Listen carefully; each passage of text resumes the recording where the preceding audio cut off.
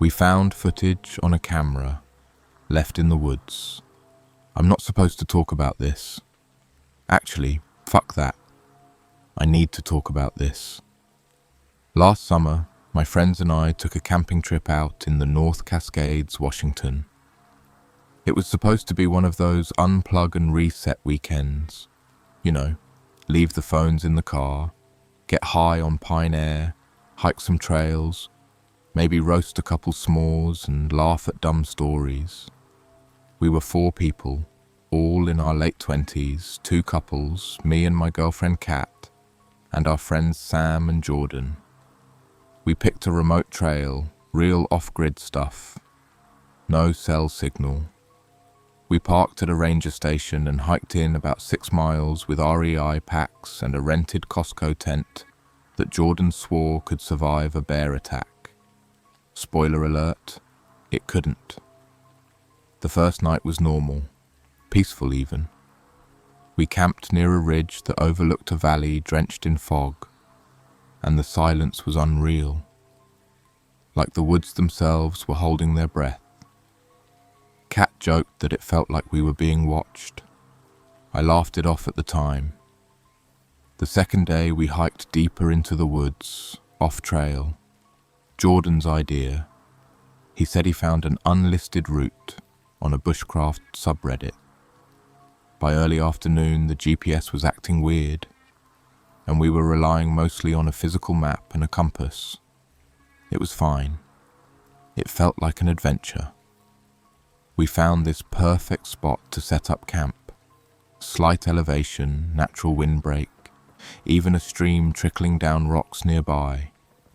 But there was something off, like the clearing didn't feel right. Too symmetrical, too quiet. Kat said the trees looked posed, like they were watching us. Sam told her to chill and cracked open a Yeti cooler with some warm beers. But I couldn't shake it either. That night, just after 1 a.m., I woke up needing to piss. I stepped out of the tent with my headlamp and walked about 20 feet into the trees. That's when I saw it.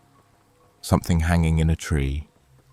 It was a camera, like an old GoPro zip-tied to a branch about chest height. Just sitting there, blinking. The light was on, it had been recording. I called the others.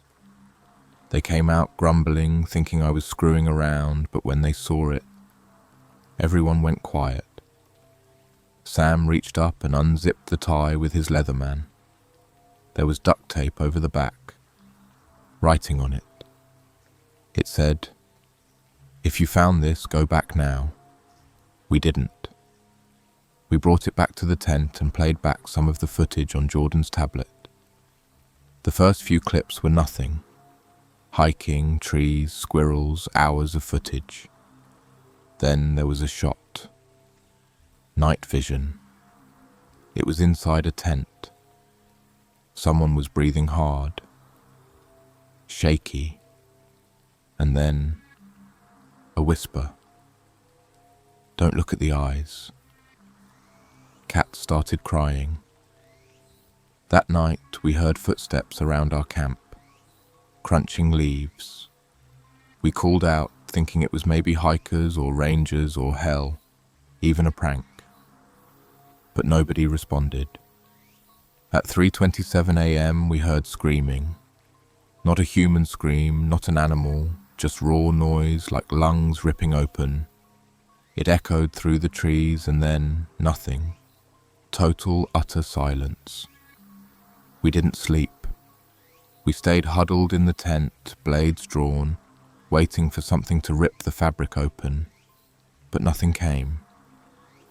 The next morning, our food bag was gone, and there were barefoot prints all around the camp. Human, not large, but weirdly wide. And they circled our tent again and again. We were going to pack up, leave. But then Kat found something worse. About 20 feet from camp, near the edge of the stream, was another camera. This one had blood on it. We didn't bring it back.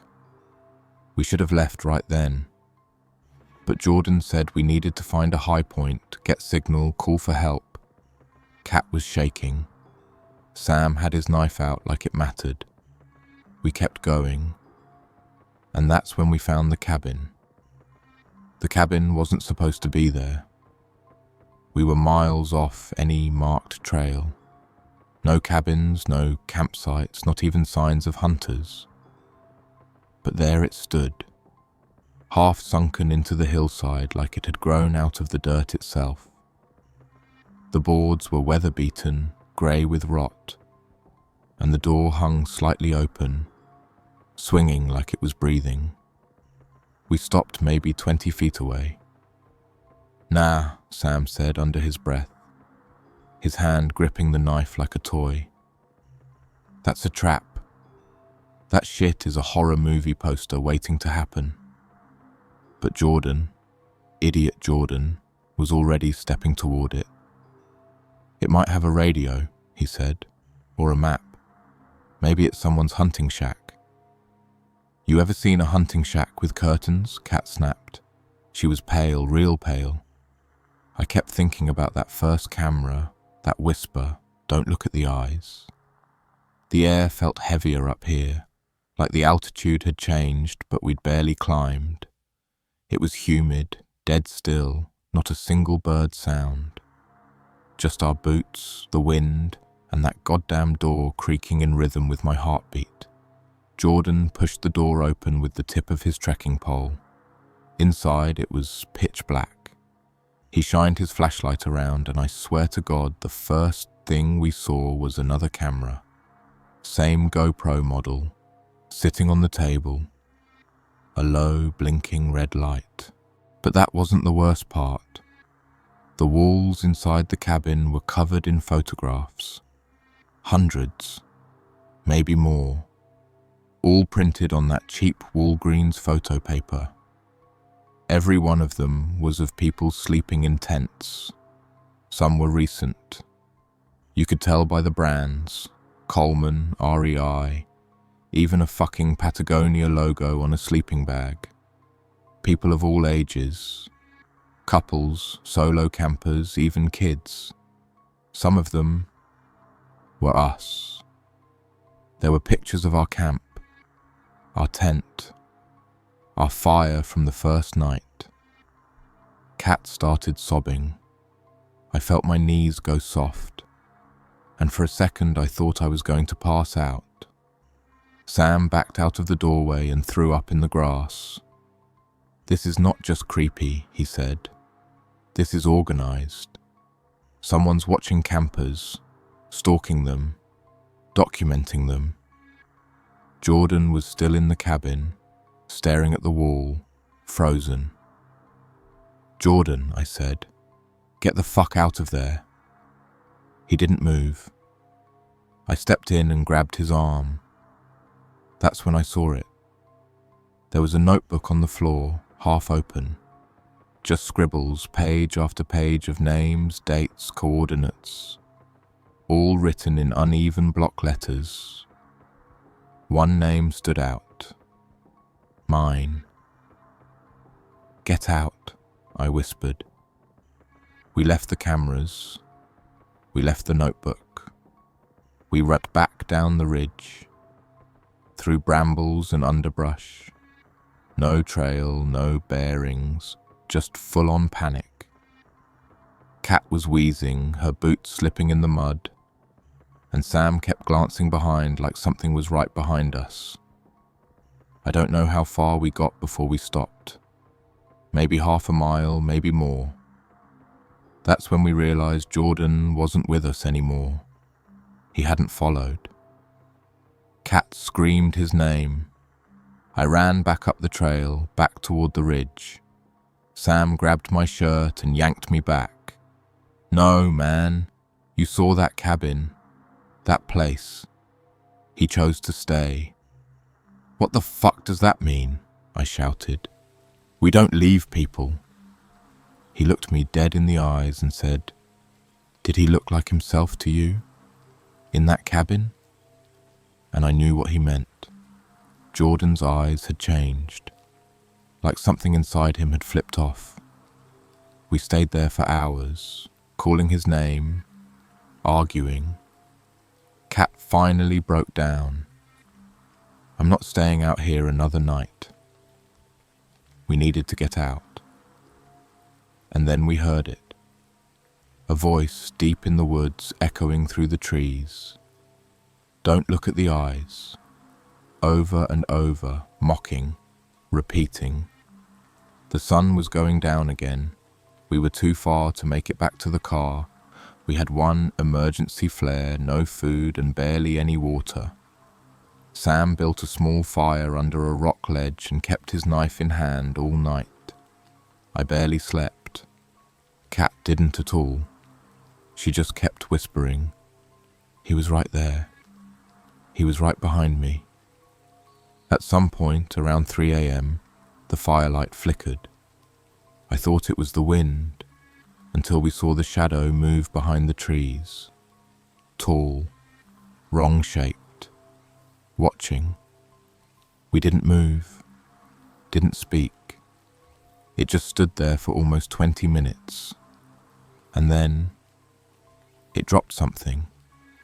A camera. It landed in the dirt with a soft thud. The red light blinked once, and it shut off. We didn't touch the camera, not at first. It sat there like bait, half buried in pine needles, screen cracked, lens pointing right at us. The red light had stopped blinking, but I swear it still felt like it was watching, like it knew we'd see it. Kat was curled up, shaking so hard her teeth clacked. Sam sat perfectly still, just staring at the tree line with a blank, sunken expression. His knife never left his hand. I think it wants us to watch it, he said quietly. That's why it left it. Then we don't watch it, I snapped. But even as I said it, I couldn't stop looking at the thing, like it was calling. By morning, we were ragged, hungover from fear and no sleep. The air smelled wrong, like rust, metallic and sharp. Even the wind had this distant hum to it, like a low, vibrating engine. I knew it before I checked. Our compass was spinning in slow circles. The forest didn't look the same either. I don't know how to explain it, like the trees had shifted overnight. Paths were gone, landmarks disappeared. We were walking in circles and nothing around us felt familiar. Every tree had eyes. Not literally, but you know what I mean. At some point I stopped walking. Kat walked into my back. What is it? She asked. I turned slowly and pointed ahead of us. There, hanging from a low branch, was a shirt. Jordan's shirt. The flannel he wore the day we hiked in. It was tied around the branch like a flag. Dirty, torn, stained with something dark that had dried stiff. Next to it, stuck into the tree trunk, was a knife. Not one of ours. It was a hunting knife. Bone handle, carved with initials, DS. We stared at it, not speaking. And then we heard the laugh, low, human, somewhere between a cough and a chuckle. It was nearby. Too close. Sam raised his knife. We're not alone. No shit, I muttered, my throat burning. We didn't wait. We rapped. Kat tripped twice, scraped her palms raw. I grabbed her arm, pulled her up, and we just kept running. Branches clawed at our faces. My legs were jelly. I swear we were moving in slow motion. Every second stretching like it didn't want to pass. Eventually we collapsed in a thicket, panting, broken, filthy. I looked up and there it was again. The cabin. How? It couldn't be. We ran away from it. Hours ago. But now we were right back where we started. Only this time the door was wide open and there was light inside. Not electric, candlelight, flickering yellow and orange like a dozen tiny fires dancing. And someone was sitting at the table. I saw the silhouette. A man, thin, slouched, wearing a hood or hat, something to shade his face. Kat started crying again. We're dead. We're already dead. No, Sam said. We fight. We don't go in. We make a wide circle and head downhill, toward the stream, toward the car. We don't go back inside. But I couldn't move, because the figure at the table was watching a video. A laptop. One of those rugged military ones. And on the screen, I saw myself. I was brushing my teeth at the stream, shirtless, grinning, the day before. Someone had been filming us the entire time. I snapped. I rushed forward, yelling like a maniac.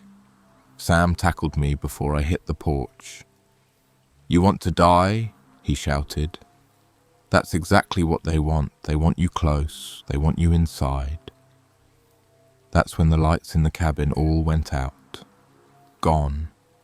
Like they'd never been there. And from behind the cabin came the crunch of bare feet on dry leaves, slow, heavy, one step at a time.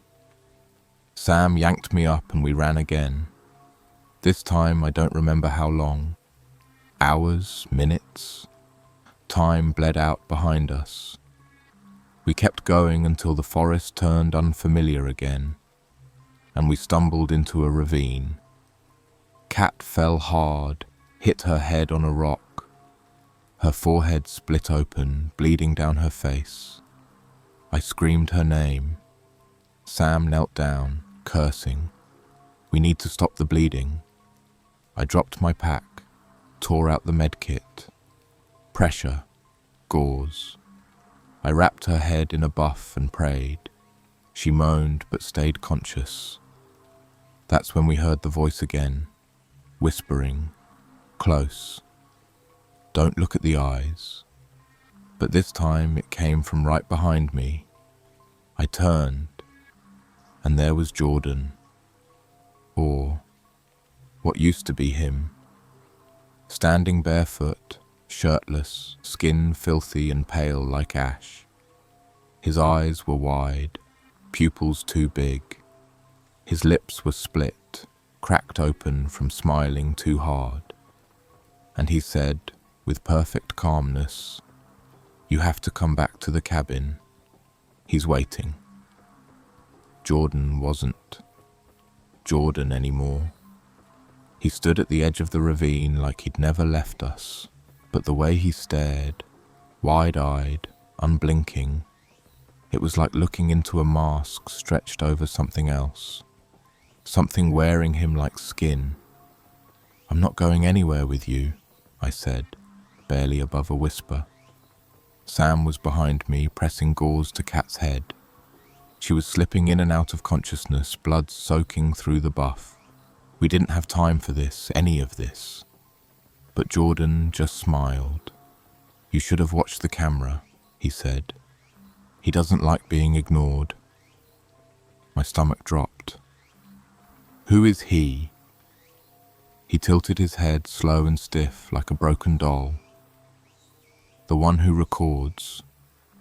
He watches the watchers. He collects." Sam stood up, knife raised. "Fuck this, you creep. Take one more step and I swear to God." But Jordan didn't move, didn't even flinch. He already knows what you'll do. He's seen it all before. You think you're different. You think you'll escape. Jordan stepped forward. "But this place doesn't let you leave. You're already part of it." I threw a rock. Not big, just reflex. It smacked his shoulder, and he didn't even blink. Sam lunged, but Jordan vanished. I'm not exaggerating. 1 second he was there, the next he had ducked or slipped or just melted into the woods like smoke. Gone. No sound, no footsteps, just trees and silence and the sound of my heart hammering in my throat. We didn't wait. Sam lifted Kat. She was barely responsive now, mumbling nonsense, calling for her mum, and we started downhill, fast, careless, slipping, tripping, scrambling over roots and undergrowth. Every shadow looked like a person. Every gust of wind felt like someone breathing down my neck. It was getting dark again. The ravine led us to a river, not the one we camped near. This one was deeper, colder, faster. Sam wanted to follow it downstream. Said it had to lead somewhere. Civilization, a ranger cabin, a road. I didn't argue, I had no better ideas. We hiked another hour along the bank, trying to keep Kat from fading out. That's when we saw the tarp, blue, sagging, half collapsed, staked to the ground beside the river like a hasty shelter. There was someone under it. We approached slowly, knives out, hearts choking us. The stench hit first, sour, meaty, old. Sam lifted the edge of the tarp with his blade. It was a body, freshly dead.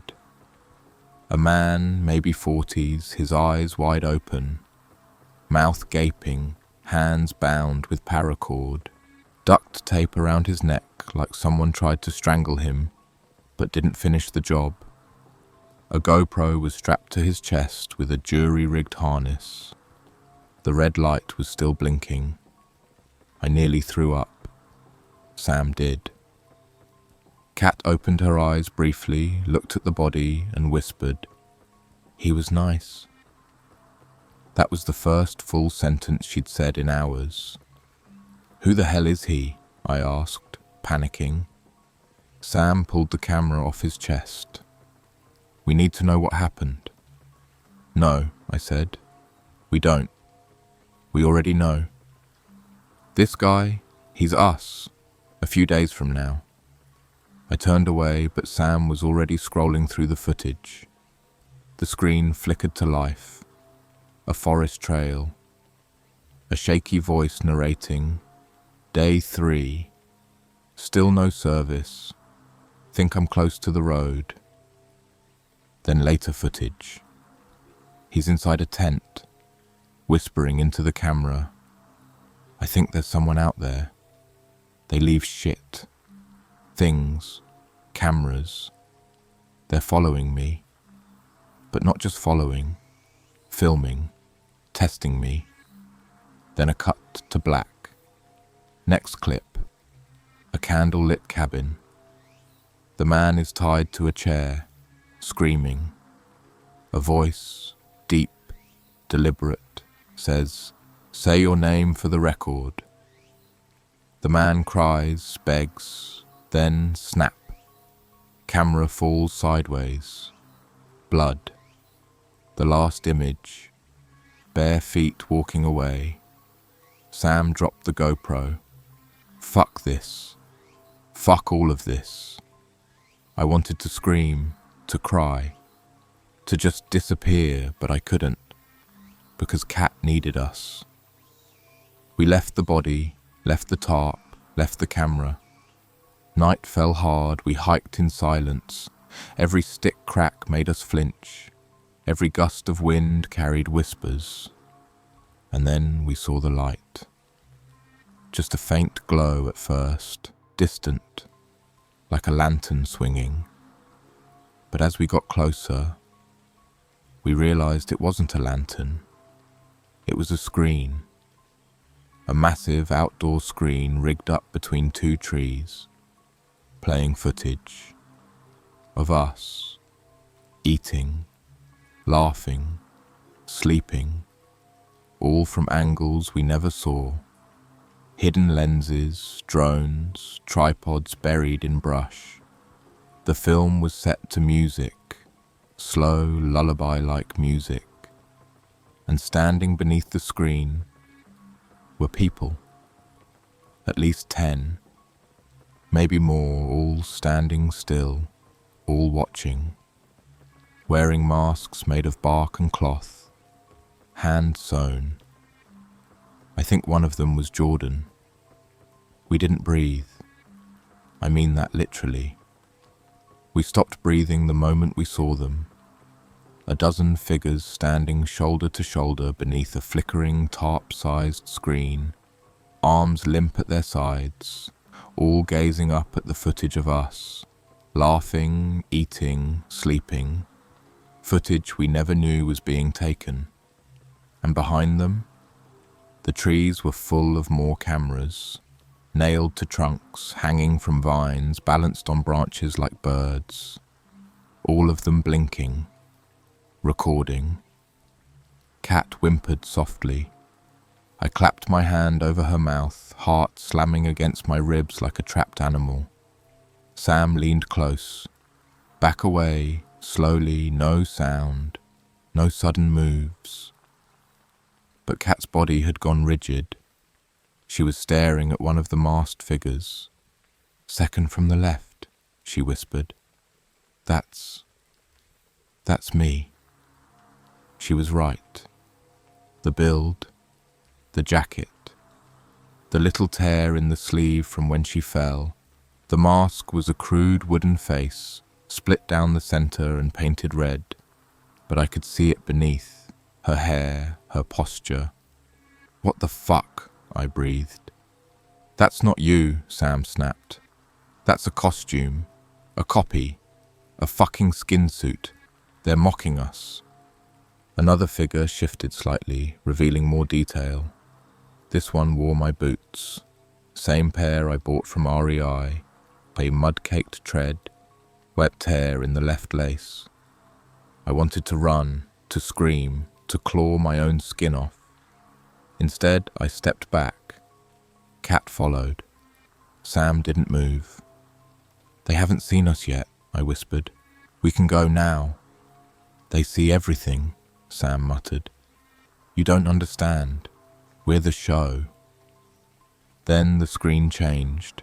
The footage went static for a second, and then cut to now. Live feed. We were on it, the three of us.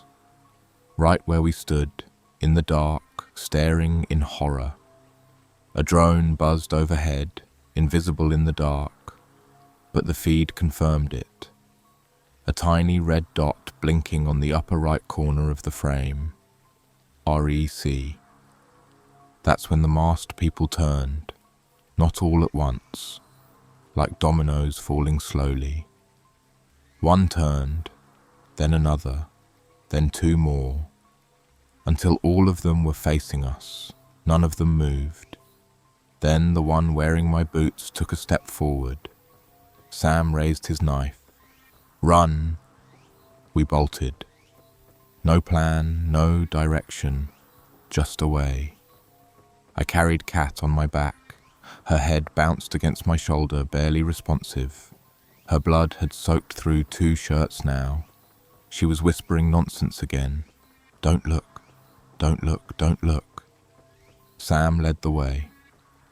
We crashed through the brush, branches snapping, thorns tearing at our faces. The drone buzzed behind us, following, filming, always filming. Eventually we stumbled into a small gully, shielded by rocks and brush. We ducked inside, panting, bleeding. Sam collapsed beside me.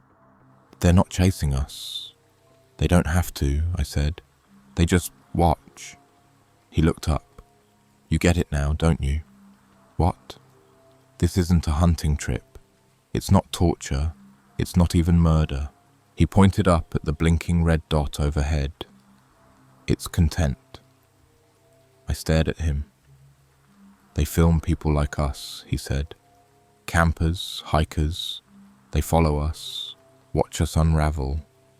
watch us break, and they show it to others. To who? I demanded. I don't know. Maybe themselves, maybe others like them. But they want us scared. They want us raw. That's why they don't kill us right away. That's why they... A twig snapped behind us. We both froze. Another snap. Closer. We turned and saw a flashlight beam bobbing through the trees. Hey, Sam shouted. Over here. We need help. The beam stopped, held steady. Then it moved toward us, fast. A figure in a ranger uniform emerged, ducking under branches, tall, wide-shouldered, mustache, maybe in his 40s. Jesus Christ, I've been looking for you guys, he said, panting. You the campers reported missing? Yes, I gasped. Our friend. She's hurt. She needs help. He knelt beside Kat, checked her pulse, nodded. We gotta move. Closest station's 4 miles. I grabbed his arm. There are people out here. Masked people. Cameras. They're watching us. They have a setup. They film everything. He paused, looked me dead in the eyes, and smiled. A slow, deliberate smile. Oh, he said. So you did find the cabin? I recoiled. Sam stepped forward. Who the fuck are you? The ranger tilted his head. You think no one's running the show? That this just happens? Nah, man, we've got logistics. Infrastructure. It takes a team to make entertainment like this. Then he leaned closer. And you're the finale. From behind his back, he pulled out a handheld camcorder. Red light blinking. Say your last words for the subscribers, he whispered. Sam tackled him. They hit the ground hard, rolling in the dirt, fists flying. I dropped Kat and scrambled for a rock, swung it into the side of the ranger's head. Blood sprayed. He shouted, grabbed at me, kicked Sam off. I grabbed his camera and smashed it against the rocks. Sparks, glass, then silence. He didn't move, just laid there, breathing. Sam was bleeding from his nose, his shirt torn. I checked Kat. She was out cold. We had no choice now. No help. No allies. And whatever came next, we were going to face it alone. We left the ranger's body where it lay, if he even was a ranger. Sam grabbed his flashlight and I carried Kat again.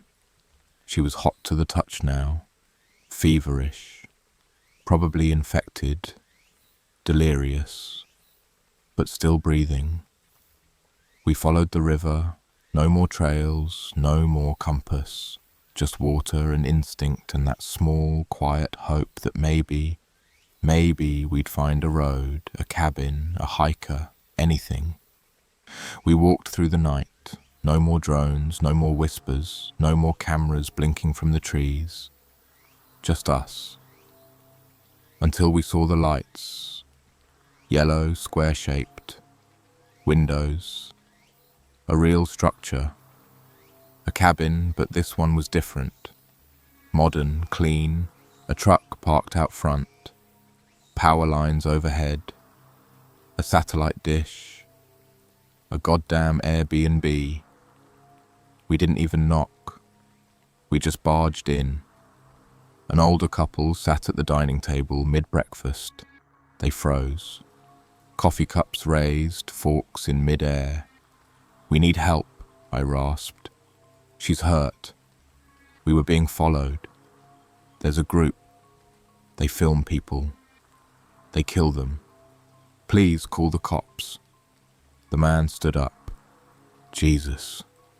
Okay. Set her down on the couch. I'll call 911. He did. He actually did. We heard the call. Heard the woman explaining what happened. Real dispatcher, real location. 10 minutes later, sirens, an ambulance, 2 cops, paramedics. They took Kat, asked us questions, took our names, drove us down the mountain. Clean sheets, fluorescent lights, the cold metallic smell of an ER, a hospital, safety. Kat survived, needed stitches, antibiotics, rest. They kept her a week. They found Jordan's body 4 days later, dehydrated, starved, kneeling in front of a tree, a GoPro mounted to his chest, smiling. They found the cabin, found the tarp shelter with the corpse, found the walls of photos. But all the hard drives, the computers, the dozens of cameras, gone. No trace. Burned, maybe. Taken. Erased. The sheriff asked us to stop telling people it was some kind of ritual cult video ring. Said it sounded insane. Said the feds were looking into it. But there was no follow-up. No arrests. No official report. Just silence. A few weeks after we got home, I bought a camera of my own. Just a cheap dash cam. But sometimes I leave it on at night, pointed at the woods behind my apartment. And one morning, it recorded something. Just 30 seconds of grainy footage. A figure standing between the trees wearing my jacket, smiling. A red light blinking on their shoulder, recording. You never really leave the woods. They always take something with them. The trees started whispering in unison. I've never told this story to anyone, not because I didn't want to, but because even saying it out loud feels like inviting it back. It was August, 2 summers ago. Me and my buddy Tyler planned this week-long camping trip through the Northern Cascades. We'd been talking about it for months, real off-the-grid shit. We weren't into glamping or any of that fake outdoorsy crap. We wanted nature raw and real. No signal, no distractions. Just 2 guys, a tent, and some overpriced gear from REI. We parked his Subaru Outback near this barely marked trailhead outside a place called Mazama. There's this basin beyond Goat Peak, where the map shows nothing but ridges, forests, and some lakes that barely look like puddles. That's where we wanted to go, miles from anyone. Or so we thought. The first day was good, beautiful even. Dense pines, sunlight leaking through the branches like gold dust. We made it to the lake by dusk, pitched the tent, built a fire, cracked open the Jack Daniels we smuggled in, laughed, talked shit, tried to pretend we weren't both checking our phones out of habit even though we had no service. It was the second night when things shifted. We'd hiked to this overlook about an hour from camp, and when we got back, something felt wrong. Nothing obvious, just off. The fire pit had been disturbed, like someone kicked it lightly. Our cooler, the Yeti we borrowed from Tyler's cousin, wasn't where we left it. It was moved only by a foot or 2, but still, we didn't do that. Tyler joked about raccoons with PhDs. I laughed, but my skin itched. That night we heard footsteps, slow, deliberate, around the tent.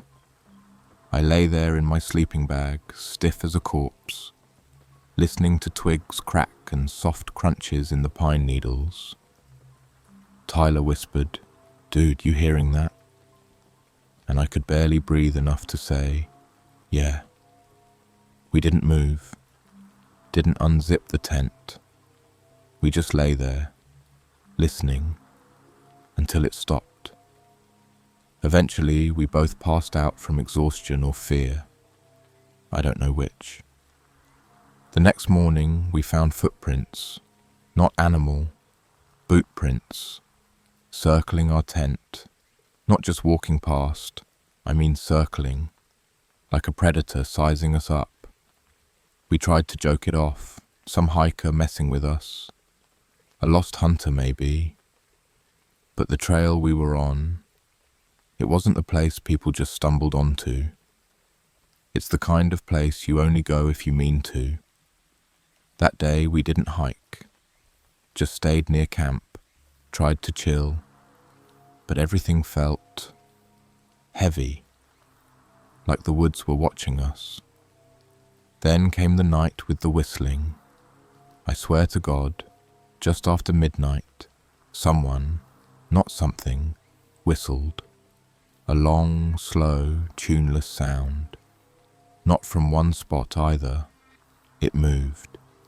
From the north of the tent, then west, then silence, then closer.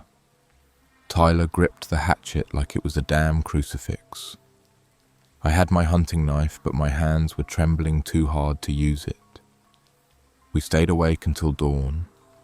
When the sun came up, we agreed. We were done. Packed fast. Too fast. Didn't even eat.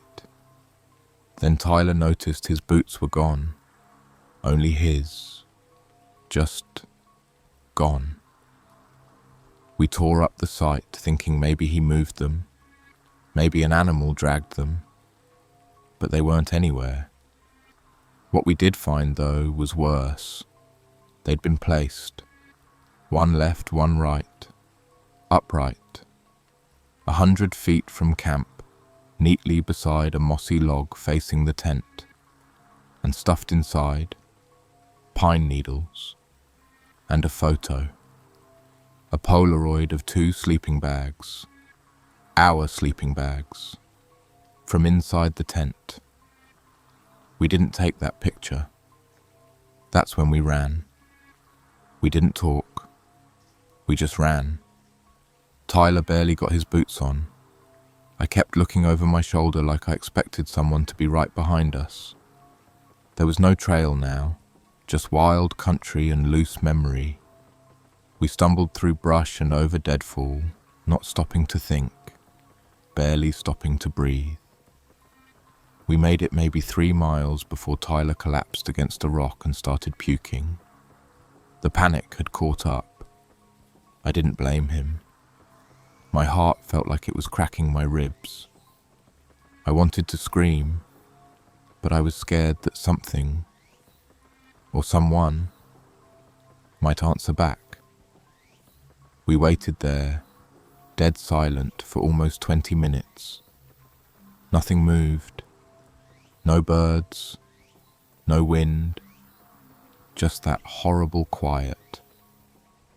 And then we heard the voice. It was faint, distant, but wrong. Too casual, like someone pretending to be normal. A voice you'd hear in a Walmart parking lot calling to a friend. "Hey, you left something." Tyler and I locked eyes. It wasn't just that someone was out there. It was how they said it. The tone. Like they were playing a game with us. Like they knew we were scared. We started moving again, faster this time. We figured if we could reach the ridge, we could spot the valley and maybe reorient back to the car. But that ridge, it never came. I swear to God, it was like the trail was changing on us, like the forest was stretching. Then we found the backpack. It wasn't ours, and it wasn't new. It looked like it had been out there for years. Torn canvas, mold eating the zippers. It was just sitting in the middle of the trail like someone had dropped it and never looked back. Out of morbid curiosity or desperation, I opened it. Inside were old hiking maps, all of this same general region. except the trails were wrong. Half of them didn't exist anymore. Others had dead ends marked with notes like "avoid this way" and "don't follow her." The last thing in the bag was a half-rotted journal. I flipped to the last page, scrawled in faded pen as if written by a shaking hand. He waits for night. He pretends he's not real. Don't sleep. Don't sleep. Tyler said we had to move. Fast. We dropped the journal, didn't even argue. I stuffed one of the maps into my pocket without thinking. It was newer than the rest. Someone had circled a cabin maybe 4 miles northwest from where we guessed we were. It said, "Safe, for now." We headed that way, through the trees, overgrown. Not a real trail, just a general direction. That's when we started hearing him. It was never loud, never shouting, just this occasional murmur, like a conversation, except we only heard one voice, always behind us, just out of range. Once Tyler swore he saw someone duck behind a tree, said it looked like a man wearing a dirty orange vest, like a construction worker. I didn't see it, but I believed him, because the smell hit us next. It was rot, pure human rot, like roadkill in the heat, except it wasn't fading. It followed us, a stench so thick you could taste it. Tyler started muttering to himself. I asked what he was saying. "They're not trees," he whispered. "They're not trees, they're people. All of them. Whispering." He was losing it. I couldn't afford to. I pulled him forward. We had to reach the cabin. That was all that mattered. Somewhere, in all this madness, someone had marked it as safe. It was the only hope we had. The sun was low when we spotted it through the branches. An old timber shack, half collapsed, but real, tangible. We sprinted the last 100 feet like our lives depended on it. Inside, it smelled like mildew and old smoke, but it was shelter. There were bolt locks on the door, heavy ones. I slammed it shut, locked all 3 and covered the broken window with a rotting plank. We didn't light a fire, just sat on the floor in the dark, backs against the wall, knives out. Tyler didn't speak for hours. I thought he was asleep until he suddenly said, "You hear that?" I held my breath. There was something. A scratching, faint on the back wall, then another, then a whisper, not from outside but inside the cabin. "Found you, found you." 2 words, soft, deliberate. I don't know how long we sat there frozen. My lungs burned from holding my breath. Tyler's eyes were wide in the dark, locked on the wall behind me. That whisper, it didn't come from outside. It came from the room, and we were alone, weren't we? "Check the wall," Tyler mouthed. He was shaking. I didn't want to. Every cell in my body screamed, "Don't move." But I did. Slowly, I turned. There was nothing there. But the cabin wasn't empty. Along the back wall, behind a broken shelf and a torn-up tarp, I noticed something I hadn't before. A square cut in the wood. A hatch, barely big enough for a person to crawl through. I knelt beside it. It smelled like old dirt and something sour. That's when Tyler grabbed my arm and whispered, "Don't. What if he's in there?" I nodded. We backed away, sat down again, this time near the front door. I wedged my knife under my thigh just to feel it there, like it made a difference. Neither of us spoke again until morning. When the first grey light started creeping through the cracks, we unlocked the door and bolted. No breakfast, no water, nothing, just sprinted west away from the cabin toward what we hoped was the road. But the forest didn't let us go easy. We found the rope first, strung between two trees like a clothesline, except there were pictures clipped to it. Polaroids. Dozens. All of us. Me and Tyler. Sleeping in our tent. Peeing behind a tree. Talking by the fire. Even that morning in the cabin. One photo showed me, bent over the hatch. I had just discovered it, and someone had taken the picture from inside the hatch. We didn't stop to scream, we just tore the pictures down and kept moving. The next sign was the cairns, little piles of stones, stacked with perfect balance, about knee-high. The first time I noticed one, I thought nothing of it. Then another, and another, and then I realized they weren't random. They were leading us. That's when we started seeing him. The first sighting was brief. Through the trees, just a flash of motion. A man in dark clothes, long greasy hair, standing still between two pines, watching. Tyler saw him too. We both stopped, looked. The man didn't move, didn't flinch, just stared. Then he smiled. I don't know how, from that distance, we saw it so clearly, but we did. That smile, wider than it should have been, like he'd waited years for this moment. We were key, harder than before. Our bodies were breaking down, legs cramping, lungs raw, feet blistered. But the adrenaline kept us going. If we stopped, we knew we'd die. But it wasn't just the man anymore. The forest itself seemed against us. At one point, the trail vanished. Just gone, swallowed by undergrowth. We doubled back, or tried to, and ended up back at the cabin. Somehow, in a straight line, we'd looped. That's when Tyler snapped.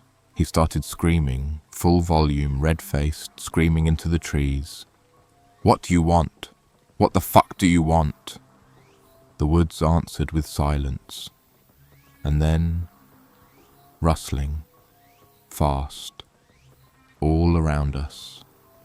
Like someone running circles through the brush. We booked it. Again. We didn't stop until we collapsed against a log beside a dry creek bed, too exhausted to move. I was covered in scratches, my shirt torn, my feet bleeding. Tyler sat there, rocking. "He's playing with us," he kept saying, "like a cat. We're not going to make it." I told him to shut up, told him we'd be fine, but I didn't believe it. That's when I noticed something on my arm, a mark, like ink, faded but deliberate. 3 tally marks, scratched into my skin, not carved, drawn. I hadn't noticed it before. I looked at Tyler. His forearm had the same mark. Neither of us had any idea how or when it got there. And then we heard the click, like a camera shutter, somewhere very close. That night we made camp in the open. No tent, just a fire and the cold stars overhead. I kept my knife in my hand. Tyler tied a rock to the end of a branch like a makeshift club. Neither of us slept. And sometime around 3 a.m., we heard it. That whistle again. Slow. off key, and this time it was joined by another, 2 different people, whistling in unison, then 3, then 4, and then the trees started whispering. You ever hear the wind move through pine trees? It's got this soft rustle like water or hushed voices. But that night, it wasn't the wind, it wasn't soft, and it sure as hell wasn't natural. It started faint, like dozens of people talking low behind a wall. You couldn't make out words, just rhythm, cadence, intent. The whispers were all around us, coming from the trees themselves, not behind them, from them. Tyler was already on his feet, spinning in circles with that club like it would actually save us. "Shh," I whispered, gripping my knife so hard my fingers went numb. "Just listen." He stopped. We both stood there, listening, and then, for a split second, everything froze. No wind, no bugs, no crackling fire. Even the air felt like it held its breath. That's when the laughter started, short, clipped and close, right behind us. We spun around, but there was nothing but woods and shadows, until Tyler gasped. He pointed.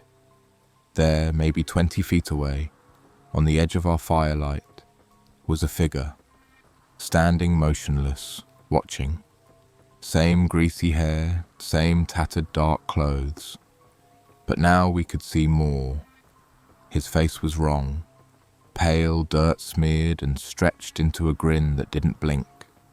Lips too wide, eyes too flat, like someone trying to mimic a human face but not quite getting it right. "Hey," I choked out, "back off." No response, just that grin.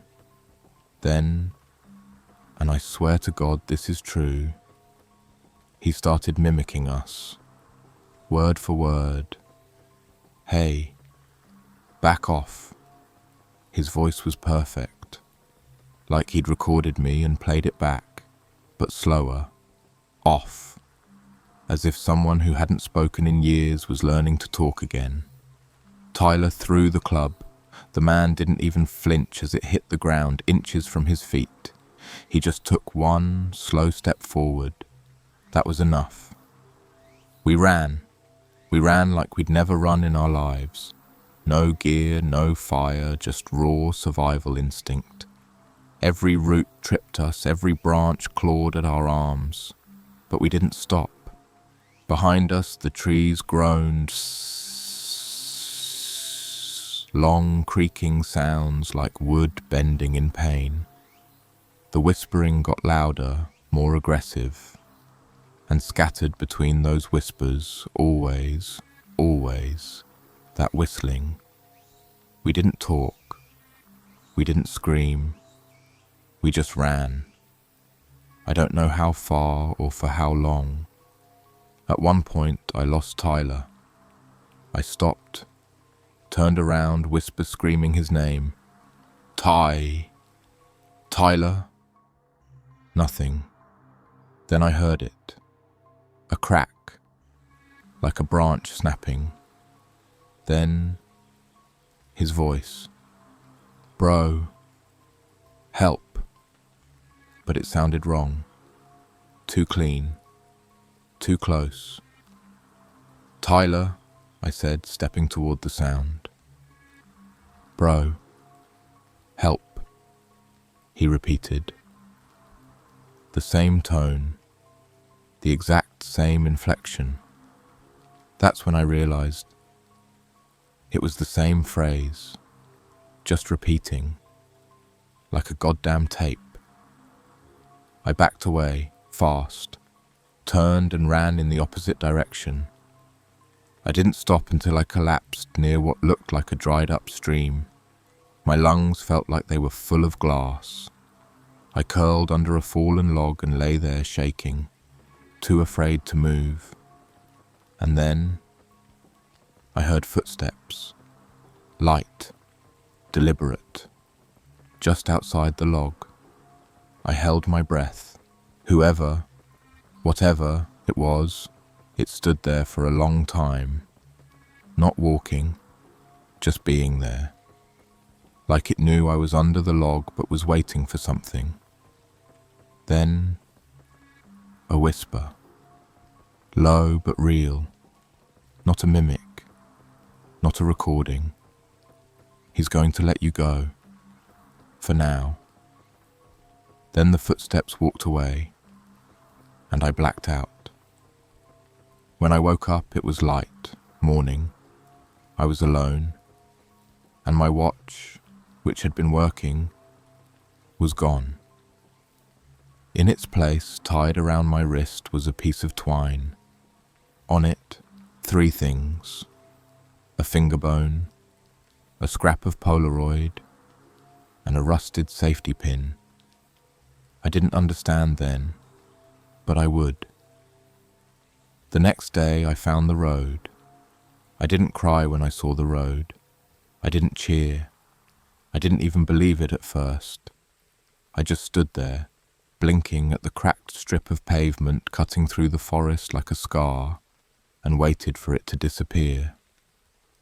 To melt back into the hallucination I was sure I'd fallen into somewhere in those woods. But it didn't. It was real. I followed it. Stumbled more than walked. I didn't know which direction led back to the car, but anything was better than the trees. I could feel them watching, still whispering, just out of reach. After maybe an hour, a rusted blue pickup came around a bend. My arms were so weak I could barely lift them to wave it down. It stopped. An old guy in a John Deere cap stared at me through the window like I was a ghost. "Jesus Christ," he muttered when I staggered closer. "You lost or something, son?" I could barely get the words out. "Need help." He opened the door without asking more. I collapsed into the seat and blacked out again. When I came to, we were at a ranger station.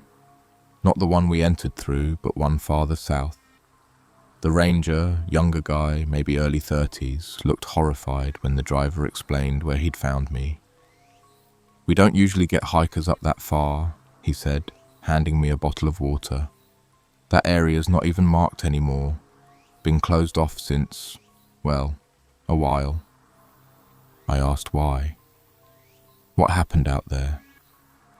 The ranger hesitated. Accidents, disappearances, old mines, wild animals, that kind of thing. "But not people," I said. "There's something out there." He just looked at me, didn't answer. Instead, he brought me a blanket, asked if I needed medical attention. I said yes. An ambulance came. They asked questions. I lied through most of it. Said I got separated from my friend, got lost, dehydrated, saw things, delirium, exposure. No one asked for more. Tyler was never found. I gave them his name, showed them where we camped on the map. They sent out search teams, dogs, helicopters. Nothing. Not a boot print. Not a shred of fabric. Nothing except the cleared spot where our tent had been. And in the middle of it, one item left behind. That same Yeti cooler. Wiped clean. Except for one thing inside. A single Polaroid. Me. Sleeping alone. Except I wasn't alone in the photo. Standing behind the tent, staring straight at the camera, was that thing. Same grin, same eyes. Except this time there was another one beside him, smaller. Their heads tilted the exact same way. I didn't say anything. I just folded the photo and kept it in my wallet. I don't know why. Maybe to remind myself I didn't imagine it. Over the next few weeks, I tried to move on, back home, back to my job. People bought the story, hiker gone missing. Tragic, sure, but not uncommon. I couldn't sleep. Every night I heard that whistle, soft, mocking. Sometimes I'd wake up and find things moved in my apartment. Lights left on, window unlocked. One night the power went out and I swore I saw something watching me from the fire escape. I stopped talking about it. And then, one night, I woke up and found something on my pillow. A pine needle. Just one. Perfectly straight. Laid across the exact center. And then more came. Every week or so. Then, one morning, I stepped out of the shower, wiped the mirror, and saw the message written in the fog, 4 down. It didn't make sense at first. Then I remembered the tally marks on my arm. 3. 3 back then, 4 now. Tyler was the 3rd. Someone else came after. And I'm next. I moved, changed numbers, changed jobs. But every time they find me, a photo taped to my windshield, a whisper behind a door I know I locked, a new tally carved into my mailbox. I don't know what they are. I don't know what they want. But they're patient, and they never stop. You ever hear trees whisper? You will. I've moved 5 times in the past 18 months. Different cities, different states. I keep my head down. No social media, no phone in my name. I live like a ghost. But it doesn't matter. They always find me. I stopped counting the tally marks. I used to think they were counting victims. Maybe people who'd seen him or it or whatever they are. But now, I think it's something worse. I think they're counting down. Last month I found one etched into the underside of my kitchen table. Another appeared on my arm while I was sleeping. No blood, no pain, just there, like it had always been. And the worst part? I'm not scared anymore. I'm numb, hollow. Like whatever they've done to me, it's already working. My thoughts don't feel like mine. I forget entire days. I've started sleepwalking. A neighbour found me digging in my backyard with a kitchen knife at 2 a.m, barefoot and mumbling about the hatch. I haven't had friends in a year. I don't answer calls. I don't trust mirrors. And the pine needles, they keep showing up. In my shoes, in my fridge, under my pillow. Once one was inside a sealed bottle of ibuprofen. 2 weeks ago, I found a Polaroid on my bathroom sink. A fresh one. It showed me asleep on my couch, with 2 shadows standing behind the window, watching, their faces pressed against the glass. I live on the 4th floor. That same night I heard whistling, but not from outside, from my closet. I didn't open it. I don't think they want me to fight. I think they want me to know, to understand. And now I do. They're not random. They don't pick people by chance. They pick people who look too deep. People who try to explain what happened. People who survive and try to tell the world. But the world doesn't care, not until it happens to them. That's why I'm writing this. This is my last night. I can feel it.